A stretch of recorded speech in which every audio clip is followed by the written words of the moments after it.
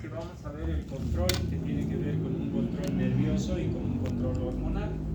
El control nervioso, ustedes saben, estará relacionado con la inervación a esos dos músculos que tenemos, el longitudinal y el circular, y también la inervación en la mucosa para la secreción de jugo digestivo.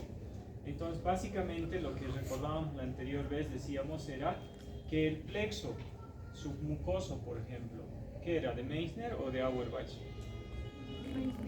Eso, considérenlo, de que el que esté más próximo al epitelio de la mucosa y a las glándulas mucosas y submucosas, entonces brindará una inervación de tipo secretora de jugos digestivos, moco y jugos digestivos relacionados con algunos compuestos que vamos a ir mencionando posteriormente.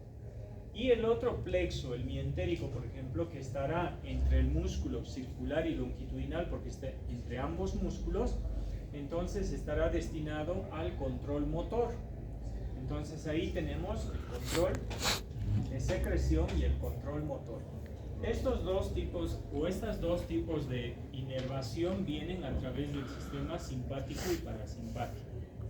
El parasimpático es estimulador, tanto de la motilidad como de la secreción. Trabaja con noradrenalina. Y se dice que también es preganglionar. ¿Por qué? ¿Por qué se dice que es preganglionar? Porque antes de que llegue estas neuronas al músculo y a la mucosa, hay un ganglio de relevo donde se encuentra. Un ejemplo, viene de la columna vertebral, tenemos la médula espinal y de ahí sale una neurona. Hasta llegar al ganglio llega su prolongación, y en el ganglio nervioso es que hace sinapsis con otra neurona que viene a inervar todo esto, ya sea músculo. Entonces, por eso hay preganglionares, ¿sí? O sea, por eso se lo considera preganglionar, porque quiere decir que antes de llegar al sitio donde va a ser efector, ¿sí?, el estímulo, hay una neurona de relevo, ¿sí?, en ese ganglio. Perfecto. Y si ustedes ven, también tenemos neuronas sensitivas. De hecho, les decía la anterior vez, por las contracciones de hambre, cuando tú no comes por mucho tiempo, obviamente hay dolor. Si tienes gastritis duele, si tienes algún problema gastrointestinal hay dolor. Por lo tanto, tenemos neuronas sensitivas que están inervando la mucosa, la submucosa, y que tienen una vía aferente. El sistema simpático más bien es inhibidor, ¿está bien? Y se denomina que también puede ser postganglionar. ¿Por qué? Porque este simpático va a ir directamente después de un ganglio, no va al ganglio, ¿sí? Entonces este tiene una conexión un poco más directa. En cambio el preganglionar no, en un ganglio hace sinapsis con otra neurona. Esas son las pequeñas diferencias entre los plexos. Déjame un segundito, por favor, marcar. Dentro del control hormonal, que rige especialmente la secreción y también algo de motilidad, porque va a disminuir las contracciones. Las contracciones fuertes que vienen cuando uno consume alimentos vienen a través del sistema nervioso y a través del control hormonal, que estimula la motilidad gastrointestinal, ¿sí? Pero hay también un control de inhibición por el simpático, y también hay un control de cierta regulación para disminuir las contracciones, también hormonal, ¿sí? Sin embargo, la mayoría siempre son excitadores. Dentro de las hormonas que rigen el control gastrointestinal tenemos a la gastrina, la colecistocinina, la secretina, la motilina y el péptido inhibidor de la gastrina, ¿sí? Cada una de estas vamos a ir describiendo dónde se encuentran para poder ir comprendiendo. Por ejemplo, lo voy a poner todo. Esto tiene una secuencia de la siguiente forma.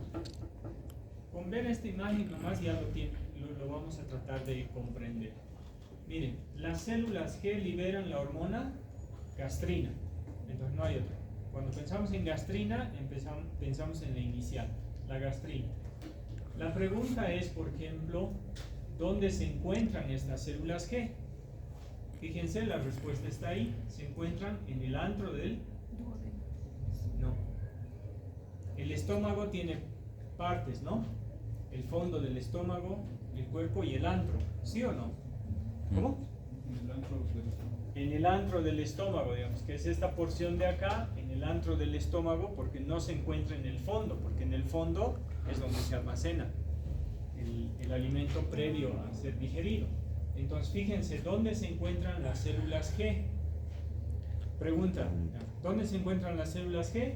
En el antro, en una porción del duodeno y en una porción del yeyuno. ¿Sí? ¿Qué liberan las células G? Gastrina. No hay dónde perderse. Bien. Ahora, ¿quién estimula la secreción de gastrina? Y nos vamos al lado derecho. ¿Qué dice? Estimulación vagal, o sea, a través del nervio vago. ¿Qué sistema? Parasimpático. ¿Está bien? ¿Qué neurotransmisor? Ahí hay dos opciones, o adrenalina o noradrenalina. ¿Está bien? Ya. Repetimos entonces esa parte porque esto es una secuencia lógica nada más. Entonces, primero debo saber dónde están las células G en el antro del estómago. Hay una porción en el duodeno y en el yeyuno, pero la mayoría en el antro del estómago. ¿Quién estimula esta secreción de células G? Estimulación vagal a través del sistema parasimpático, pero también la distensión del estómago. Eso quiere decir que cuando nosotros consumimos alimento, el estómago obviamente se llena, ¿sí o no? Entonces, ese llenado va a causar una distensión, una acomodación de lo que es el alimento en el estómago, que es una cavidad precisamente de almacenamiento durante un periodo de tiempo para que se produzca la digestión, ¿sí? Y luego la presencia de proteínas de todo lo que hayamos consumido. Entonces, tres cosas son los que estimulan la producción de gastrina: la estimulación nerviosa, la distensión del estómago y la presencia de proteínas producto de los alimentos que hemos consumido. Ahora, una vez que esta gastrina se ha liberado, ¿qué va a hacer? Y la respuesta está aquí. Va a estimular la secreción de ácido gástrico. El ácido gástrico, ustedes saben muy bien, el ácido clorhídrico tiene un pH aproximadamente de 0.8. Pero cuando se mezcla con el alimento va a ir cambiando a 1, 1.5 y dependiendo qué libro lean puede cambiar hasta 2. Algunos dicen hasta 3. Pero generalmente la mayoría, según el consenso, dicen que hasta 2 de pH llega. Entonces, la gastrina produce la secreción copiosa entonces de ácido gástrico, que es el ácido clorhídrico, que tiene un pH de 0.2 y que con la mezcla de los alimentos puede cambiar hasta 0.2 o 0.3 de pH, o sea, es muy ácido, muy ácido. Pero la cavidad gástrica está diseñada no solamente para digamos, no lesionarse con este ácido. ¿Por qué? Porque tiene una secreción de moco que la protege, que también se va a ir liberando, ¿sí? Sino es de que va a permanecer este jugo gástrico durante un periodo de tiempo y el vaciamiento gástrico se da por etapas también. ¿Está bien? Entonces, ¿qué estimula? La producción de ácido gástrico estimula la estimulación del crecimiento de la mucosa, o sea, quiere decir hay una regulación autoprotectora del epitelio también a través de esta hormona. ¿Está bien? Se dice que en algunos temas, esto ya es solamente de conocimiento, que hay 3 tipos de gastrinas: una grande, una pequeña y una mini gastrina, y esos son los números que se les ha determinado por los trabajos de investigación. Entonces no está tan complicado, porque aquí pueden haber varias preguntas y las voy a hacer siempre con el objetivo de que vayamos viendo. ¿Quién estimula la secreción de ácido gástrico? La gastrina. La gastrina. ¿Quién estimula a la gastrina para que se genere la secreción de ácido gástrico? La estimulación vagal, la distensión del estómago y la ¿sí o no? Ahí yo puedo colocar, por ejemplo, la colecistocinina, excepto una, y listo. Detectan las 3. ¿Sí o no? ¿Verdad? Perfecto. ¿Dónde se encuentran las células G? El antro del estómago. En el duodeno, ¿sí? Una pregunta, generalmente no la hago, pero ¿cuántos tipos de gastrina hay? Tres. Una grande, una pequeña y una mediana, una mini gastrina, ¿verdad? Entonces pueden ser de distintas formas las preguntas que podamos generar, entonces debemos pensar. Otra, de igual forma, lo voy a poner todo. A ver. Muy bien. Hay otras células, la gastrina ya la hemos mencionado. Ahora hay otras células que se denominan las células I. Las células I se encuentran ¿dónde? Lo mismo, cuando ven la diapositiva, en el duodeno, que es parte del yeyuno, ¿sí o no? El duodeno y el intestino delgado son uno, el yeyuno es todo. ¿Está bien? Entonces, en el duodeno, principalmente en el duodeno, las células I. ¿Qué secretan las células I? Colecistocinina. Es otra hormona. ¿Está bien? Entonces, ¿qué secretan las células I? Colecistocinina. Ahora, ¿quién estimula la secreción de colecistocinina? Las grasas. ¿Está bien? ¿Por qué entonces? Aquí la respuesta va a ser ¿por qué? ¿Sí? Las grasas estimulan la secreción de colecistocinina, que estas células sí se encuentran en el duodeno. Hay dos tipos de estímulos que va a generar la colecistocinina. ¿Está bien? Por un lado, la colecistocinina, por vía de la circulación gástrica, una vez liberada, va a viajar hacia la vesícula biliar. ¿Y qué es lo que causa? Contracción de la vesícula biliar. ¿Para qué causa la contracción de la vesícula biliar? Para que se vierta la bilis.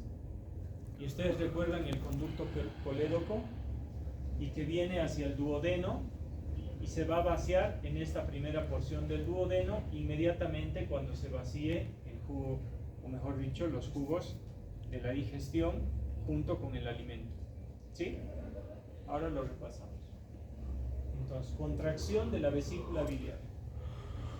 Al mismo tiempo que contrae la vesícula biliar, relaja el esfínter de Oddi para que el contenido de la bilis vaya al duodeno. ¿Está bien? Y también va a haber una regulación de la secreción pancreática.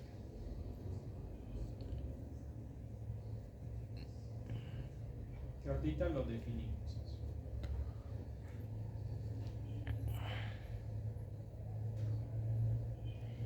¿Ya? Bien. Entonces, a ver, un repaso. ¿Está bien? ¿Dónde se encuentran las células I? En duodeno. ¿Ya? Que es la primera porción de todo el intestino delgado, ¿no? De todo el yeyuno, ¿sí? En el duodeno. ¿Qué liberan las células I? Colecistocinina. ¿Cuál es el estímulo para que se libere la colecistocinina?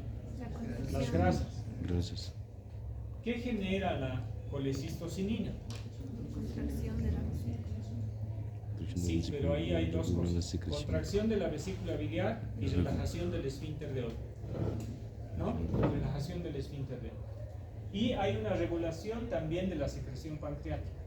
¿Está bien? Ya. Entonces, pregunta. ¿Por qué es importante que se libere la colecistocinina cuando hay la presencia de grasas? Porque la bilis, ese contenido de la vesícula biliar, tiene la condición de digerir, o sea, disgregar las partículas de grasa para que unas sean eliminadas y otras sean absorbidas. Por supuesto, sería genial que todas las grasas buenas sean absorbidas, ¿sí o no? Entonces, a esa acción de la vesícula, no de la vesícula biliar, sino de la bilis, se le llama función emulsificante, ¿sí o no? O función detergente. ¿Han escuchado eso? ¿No? ¿Saben por qué utilizamos el detergente cuando lavamos los platos? Disgrega la grasa, ¿sí o no? O sea, cuando tú pones un plato con grasa y le pones el detergente, pues te lo disgrega, te lo separa y te hace que puedas limpiarlo mejor, ¿sí o no? entonces lo separa, lo mezcla. Entonces en nuestro organismo nosotros tenemos esto: cuando consumimos grasas, el estímulo va a hacer que se libere a través de las células la colecistocinina y va a vaciar la vesícula biliar de ese contenido, y la bilis va a ir a atacar a estas grasas para disgregarlas, separarlas, y de que en la segunda porción del yeyuno, que sería el intestino delgado, se absorba, ¿sí? Entonces a eso se le llama digestión de las grasas. ¿Está bien? También van a encontrarlo como función emulsificante de la bilis sobre las grasas, o función detergente, precisamente por ese ejemplo que les acabo de dar. ¿Está bien? Bien. Aquí van a encontrar ahora, para que hablen con alguno de sus pacientes de por qué les duele generalmente el estómago, o cuando comen grasas especialmente, o cuando se han hecho extirpar la vesícula biliar, o cuando tiene barro biliar o cálculo biliar, es porque este conducto, por ejemplo, muchas veces se obstruye. ¿Qué pasa si se obstruye? No sale bilis. Ya no sale la bilis, ¿sí o no? ¿Qué pasa si comes grasas? No. Sí, sale. Tu organismo va a seguir funcionando igual, pero obviamente no va a poder sacar. ¿Qué va a causar? Dolor. ¿Saben por qué? Porque tu organismo recibe grasas, ¿sí o no? Las grasas van a ir ¿a dónde? ¿A estimular qué? Células, ¿sí? A las células, sí. ¿Y qué se va a liberar? ¿Y la Colecistocinina. colecistocinina a dónde va a ir? A la bilis. A la vesícula biliar. Sí, pero... ¿Y le va a contraer, sí o no? ¿Y le va a apretar?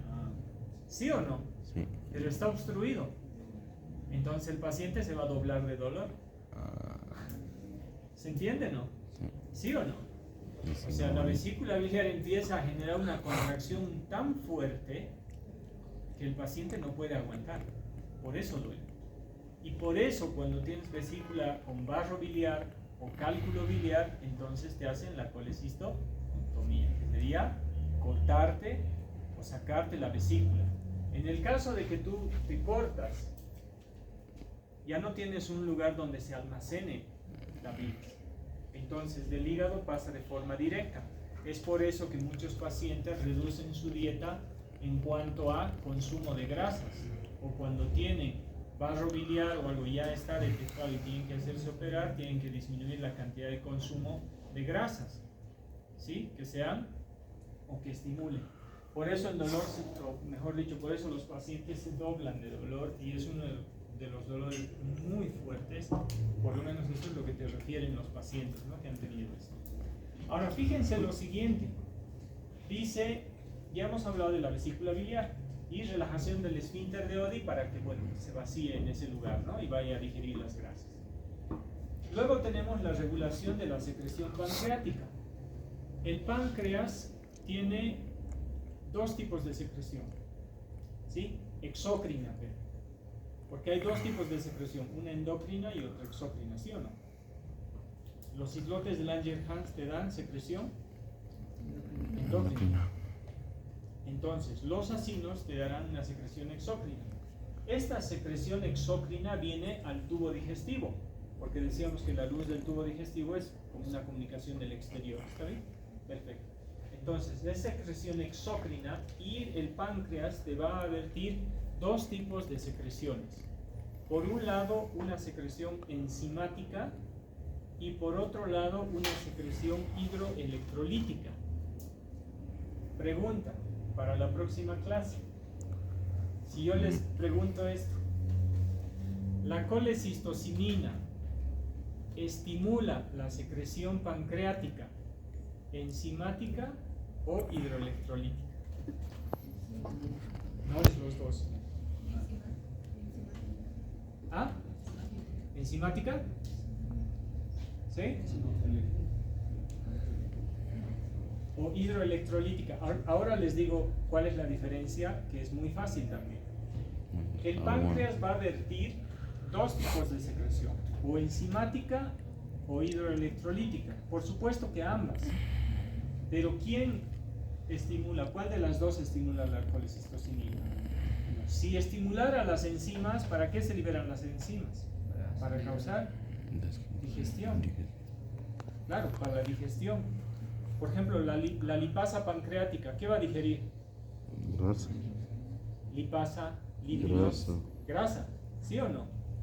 Después la quimotripsina, la amilasa, ¿qué va a digerir? Almidón. Almidón.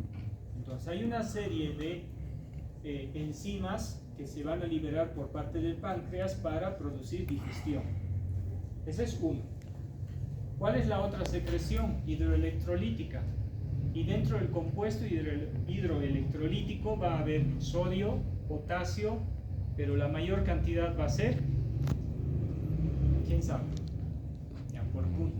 Potasio, cloro, calcio. No. De aquí va a salir un pH de 2 y va a quemar toda la mucosa del duodeno.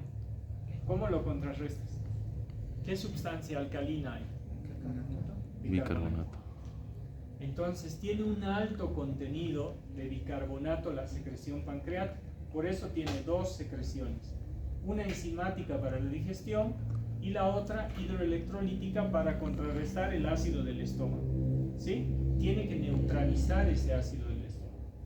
Entonces la pregunta era, la colecistocinina, ¿cuál de las dos secreciones estimula? ¿Ah? ¿Enzimático? ¿Ya? ¿Está bien? ¿O hidroelectrolítico? ¿Ya? Ahora lo vamos a ver. Bien. Entonces, y además la colecistocinina, fíjense, va a tener un efecto inhibidor de la contracción gástrica del apetito. O sea, una vez que el estómago está en proceso de vaciamiento gástrico y empieza a vaciarse hacia el intestino, por supuesto se van a liberar enzimas, ¿sí?, que van a ir a digerir todo eso, pero a su vez también le van a decir al estómago ya como que vaya relajándose un poco. ¿Está bien? Entonces tiene un poco de inhibición en la contracción gástrica la colecistocinina. Listo, para pasar esta diapositiva entonces, y ya que tienen una foto, ya tienen una imagen, es muy sencillo. Las células I liberan colecistocinina, se encuentra en el duodeno. ¿Quién estimula? Las grasas. ¿Cuál es su función de la colecistocinina? Tiene tres funciones. Contracción de la vesícula Que biliar. tiene que ver con la vesícula biliar. Contracción de la vesícula biliar y relajación del esfínter de Oddi para que caiga todo. Tiene regulación de secreción pancreática. Ahora lo definimos, si enzimática o hidroelectrolítica. Y además tiene una función de inhibición de la contracción gástrica. ¿Sí o no? Y listo. Eso es todo. ¿Está bien? Entonces esta es la segunda hormona. Ya hemos visto la gastrina y ahora hemos visto la colecistocinina. Vamos a verlo todo. Células. Y ahí está la respuesta. ¿Ah? Entonces la colecistocinina, ¿qué estimula? Secreción de enzimas. Que no. Colecistocinina. ¿Ah? Ya. Ay, Bien. entonces Entonces hay secretina. otro tipo de células que son las células S. ¿Dónde se encuentran? Fíjense, igual en el duodeno. ¿Qué es el duodeno? La primera porción del intestino delgado. Siempre este es el pequeño lugar que mide aproximadamente entre 30 centímetros, dependiendo obviamente del biotipo. ¿Está bien? ¿Quién estimula la secreción de esta hormona denominada secretina? Ácido del estómago. El ácido del estómago. Entonces, fíjense lo siguiente. Si el ácido del estómago es el que estimula a la secretina, ¿por qué le está estimulando? Para que se proteja. ¿Y cómo se protege? Liberando bicarbonato. ¿Y de dónde viene el bicarbonato? Del páncreas. Entonces es función hidroelectrolítica. ¿Está bien? Ya. Muy bien. Secretina. Células S en el duodeno liberan secretina por acción del ácido del estómago. Entonces, La secretina produce una secreción copiosa de jugo pancreático y bicarbonato principalmente. El jugo pancreático sí tiene sodio, tiene potasio, tiene cloro un poco, pero la mayor cantidad va a ser bicarbonato con el objetivo de neutralizar el ácido del estómago. Entonces acá estaba la respuesta. Además, dice que la secretina puede estimular a través de la estimulación vagal, ¿sí? Va a venir una liberación de enzimas hacia los ácidos. ¿Qué quiere decir? No solamente la colecistocinina es la que va a estimular la secreción enzimática, sino también va a haber una estimulación nerviosa a través del vago, y a través del vago es a través del sistema parasimpático. ¿Está bien? Que ya eso también lo habíamos mencionado. Bueno, si es así no se complica mucho, ¿no? Ya tenemos 3 hormonas: la gastrina, la colecistocinina y la secretina. ¿Está bien? Y cada una ya sabemos dónde se encuentran y para qué son liberadas.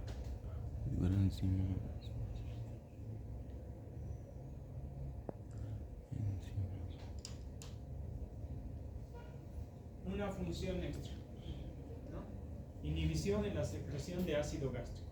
Entonces la secretina adicionalmente va hacia el estómago y ya empieza a inhibir a las células G para que no sigan liberando jugo gástrico, ¿sí? Ácido clorhídrico. Entonces, ¿cuántas funciones tiene? Estimulación en la secreción hidroelectrolítica, o sea, de jugo pancreático, eso es 1. Y 2, inhibición en la secreción del ácido gástrico. O sea, tiene uno estimulador y el otro tiene inhibidor. ¿Está bien? 2 funciones, principalmente, ¿no? Bueno, entonces, para llegar a ese punto, vamos a comenzar cómo entran los alimentos en la cavidad bucal.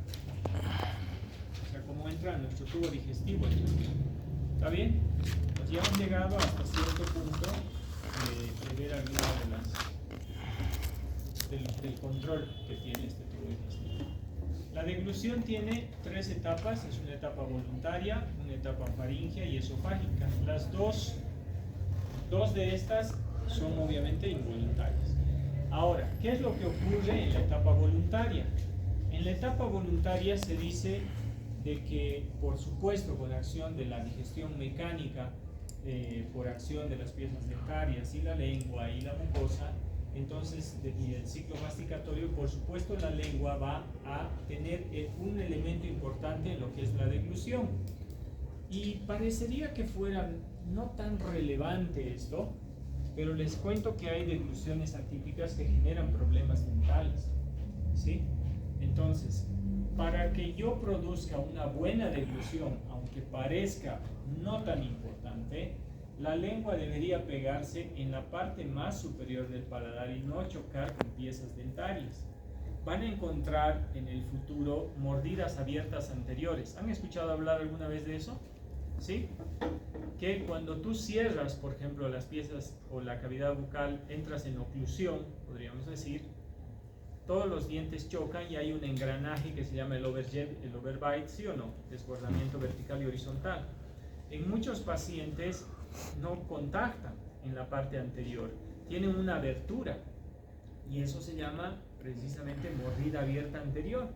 Esa mordida abierta anterior, les cuento que tiene mucho que ver con degluciones atípicas. Generalmente la lengua, ¿cuántos músculos tiene la lengua? 17 músculos. Entonces no es poca la fuerza que ejerce la lengua. Entonces, con esos pacientes que cada vez la mordida abierta se va acentuando más, es la lengua la que sigue separando y sigue protruyendo las piezas dentarias y ocupa ese espacio para sellar y deglutir. Esas degluciones obviamente son patológicas. ¿Y de quién es la función corregirlas? De ustedes. Y de hecho hay una especialidad que se ha dedicado un poco más a eso. ¿Saben cuál es? La ortodoncia. Entonces, ¿qué te hacen en la ortodoncia? No sé si a alguien le ha pasado. Te colocan un aparato fijo, como un rastrillo, con unas puntitas detrás de los incisivos en ese sector, traumático por supuesto. Hay otras ahora que han salido, Y cuando la lengua quiere ir ahí, como le pincha, entonces lo acomoda en otro lugar. ¿Qué tal es? Pero ese aparato existe, no es de mis tiempos, por si acaso. Al que decida hacer ortodoncia, pues si tú quieres corregir los dientes, la posición de los dientes, si piensas que ortodoncia es solo corregir la posición de los dientes y te va a ser sencillo, pues no tan sencillo, porque hay una zona que se llama la zona neutral. La zona neutral tiene que ver con un equilibrio entre las fuerzas que hace la lengua y el músculo buccinador y los orbicular de los labios. Hay una zona donde entra en equilibrio. Esa zona donde se deberían encontrar las piezas dentarias se llama zona neutral. Lo vamos a ver cuando veamos fisiología del sistema estomatognático. Cuando tú no le haces caso a esos conceptos, a esos criterios, pues hacen ortodoncias y las ortodoncias recidivan. ¿Por qué? Porque la fuerza muscular influye sobre la posición de las piezas dentarias. Entonces después te preguntas que por qué mis piezas dentarias después del tratamiento de ortodoncia se han seguido moviendo. Puede ser por terceros molares, puede ser por estas fuerzas que no las has considerado. De hecho hay un aparato, como les decía, para corregir la deglución atípica, porque esos pacientes además son respiradores bucales, y además para corregir y llevar hacia la zona neutral las fuerzas de los músculos. Hay unos aparatos que llaman aparatos de Frankel, ¿sí? Entonces, ¿por qué les comento esto? Porque uno pensaría, la deglución, ¿será tan importante ver esa cosa tan sencilla y que lo hacemos tan diariamente, tan cotidianamente, y que de pronto no lo tomamos como importancia en este momento, pero sí cuando hagas tratamientos más específicos en el futuro? Pues la lengua deberá pegar en la parte más superior de la bóveda palatina, tiene que pegarse ahí, no debería ir hacia las piezas dentarias, porque si no te generan este tipo de problemas, ¿no? Degluciones atípicas. Una vez que la lengua se posa en la parte más superior, acá tenemos en el velo del paladar, tenemos inervación muy sensible que viaja hacia el sistema nervioso central para causar estas otras dos etapas, ¿sí? Entonces, el velo del paladar obviamente se tiene que elevar. ¿Para qué? Para obstruir las coanas. Para obstruir las coanas. Las coanas, ¿alguien le ha pasado alguna vez un reflujo? Ajá, sí, se acuerdan. Y es molestoso, ¿no? ¿Ah? ¿Y por qué te ha pasado? Bueno, no lo cuentes. Bien, cuando tú deglutes, entonces la lengua debe tener una posición ideal, que es la parte más superior de la bóveda palatina, y ahí es donde debe ejercer presión. El velo del paladar debe elevarse por un acto reflejo que tiene inervación y que viaja hacia el sistema nervioso central para iniciar estas dos etapas, con el objetivo de obstruir las coanas. Nosotros tenemos aquí la faringe, si recordarán, que tiene la rinofaringe, la orofaringe y la laringofaringe. Para ir un poco terminando con esto, es una vez que esto se eleva, ¿sí?, el velo del paladar, paralelamente la laringe, ¿qué creen que va a ocurrir? También se eleva. ¿Han visto que esto se mueve cuando deglutimos, sí o no? Entonces, por acción de músculos palatoestafilinos, glosoestafilinos, esta laringe se eleva, ¿sí? ¿Cuál es el objetivo? Al momento de elevarse, la epiglotis, que es esta pequeña porción de acá como una tapita, lo que tiene que hacer es tapar precisamente la vía respiratoria. Entonces esto se eleva, se obstruye la vía respiratoria, y aquí los pliegues palatofaringeos, que estaban así medio lisos, se acomodan como que para formar un canal. ¿Para qué forman ese canal? Para impulsar el bolo alimenticio hacia la parte posterior. Recuerden que esto está cruzado. La vía respiratoria está hacia adelante y el esófago está atrás. Entonces está cruzado. Por lo tanto, el bolo alimenticio debe irse hacia la parte posterior. Entonces, el bolo alimenticio, una vez que estimula el velo del paladar, se debe elevar para obstruir las coanas, La laringe por acción muscular igual debe elevarse, la epiglotis debe bloquear la vía aérea y los pliegues palatofaringeos deben impulsar el bolo alimenticio hacia el segmento posterior para que se introduzca en la primera porción del esófago. Todo esto, por supuesto, ocurre muy cotidianamente en segundos, y eso en milisegundos, ¿sí? Que es muy rápido, ¿no? ¿Qué pasaría si entra acá algún alimento? Hay personas que mueren, se broncoaspiran, ¿no? Entonces hay que tener cuidado. Entonces, no se olviden que esto está cruzado, ¿está bien? Ahí. Y hay que tener cuidado. Más cuando lo tienes a tu paciente echado en el sillón dental y si se te cae algo en la boca. ¿Ya han visto las limas de endodoncia?